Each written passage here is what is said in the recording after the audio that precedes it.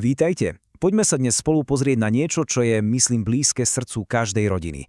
Na radosť zo života a na to, ako tie najcennejšie, no zároveň najprchavejšie okamihy premeniť na večný odkaz.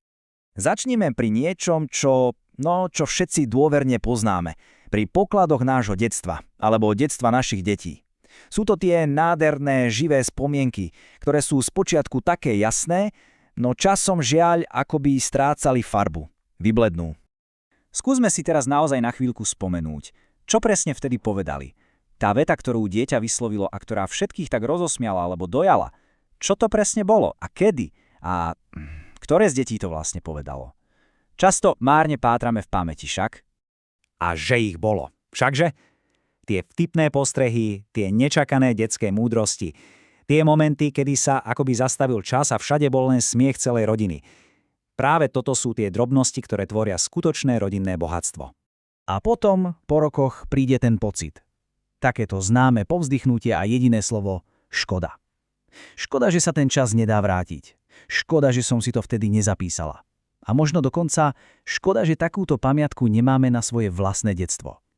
Je to pocit, ktorý, verím, mnohí z nás veľmi dôverne poznajú. Ale čo keby to tak vôbec nemuselo byť? Predstavte si, že by sa všetky tieto perly ukladali na nejaké tajné miesto. Do takej truhlice spomienok, ku ktorej by sme sa mohli kedykoľvek vrátiť a po rokoch ju otvoriť ako ten najvzácnejší dar. A presne tu sa začína náš príbeh. Príbeh o misii babičky Danky, ktorá dokázala presne túto lútosť premeniť na niečo úžasné. Na odhodlanie a čin. Možno nás táto myšlienka chytila za srdce, ale hneď sa v hlave vynorí otázka. Fajn, ale ako na to? Kde vlastne začať? Čo tak sa inšpirovať príkladom niekoho, kto si týmto už prešiel? Tak mi dovolte, aby som vám predstavila babi Danku. Je to manželka, matka a, ako sama s úsmevom hovorí, babička s viac ako 10-ročnou praxou. Je proste ako mnohé z nás. A presne tu vidíme tú úžasnú premenu. Aj babi Danka otvorene priznáva, že výroky jej vlastných detí si nezaznamenávala. Jej slovami, všetky sú fuč. No pri vnúžatách sa niečo zlomilo. Povedala si dosť a už ju nič nezastavilo. A viete, čo je na tom najlepšie? Nebol zatím žiadny zložitý plán. Proste si jedného dňa, ako sa hovorí, vykasala rukaví a pustila sa do toho. Začala si zapisovať tie vtipné hlášky a príbehy svojich vnúčat. Jeden jednoduchý krok, ktorý všetko zmenil. Poďme sa teraz pozrieť, čo z tohto jednoduchého odhodlania nakoniec vzniklo. Zrodil sa poklad, a to doslova, v podobe knihy. Knihy s tým najmilším názvom, ktorý jej dali samotné vnúčatá, Bamaminy chalani. A toto je naozaj krásna ukážka sily toho prvého kroku. Babi Danke sa ani len nesnívalo, že z jej obyčajných poznámok v zošite jedného dňa vznikne skutočná kniha. Z jednoduchého zvyku sa zrodilo niečo oveľa väčšie. Takže, čo to vlastne je, tí Bamaminy chalani? Sú to úplne autentické a jemne humorné príbehy jej dvoch vnukov.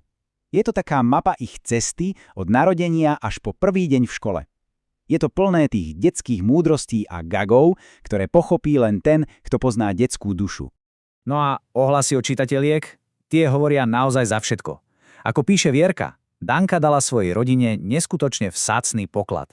Jej vnúčatá a pravnúčatá si nebudú o svojich predkoch len tak rozprávať, oni si o nich budú môcť čítať. To je odkaz, ktorý pretrvá generácie. A Janka zasa dodáva ďalší veľmi dôležitý rozmer. Tá kniha sa stala nielen pokladom spomienok, ale aj takým nenúteným návodom a inšpiráciou pre ďalšie mamičky a babičky. Vlastne ukazuje, že sa to dá a ako na to. Príbeh babičky Danky je úžasná inšpirácia. Všakže. Ale poďme teraz k tomu, ako sa môže stať aj našim príbehom. Ako môžeme začať tú svoju vlastnú cestu k vytvoreniu jedinečného odkazu. Príbeh baby Danky je nesmierne inšpiratívny, o tom niet pochýb. Ale teraz prichádza tá najdôležitejšia otázka zo všetkých. Aký odkaz zostane po nás? Aké spomienky a príbehy odovzdáme ďalej? A teraz niečo naozaj dôležité. Vôbec nie je nutné hneď napísať knihu. To vôbec nie je cieľom. Skutočným cieľom je jednoducho začať. Urobiť ten prvý, maličký, no absolútne rozhodujúci krok. Pretože, presne takto v živote funguje, nie? Každý obrovský strom bol kedysi len malým semienkom. Každý veľký odkaz, každý rodinný poklad sa začína prvým zapísaným slovom, prvou zaznamenanou spomienkou. Takže, ako na to? Cesta k vlastnému rodinnému pokladu môže mať vlastne 3 také jednoduché kroky.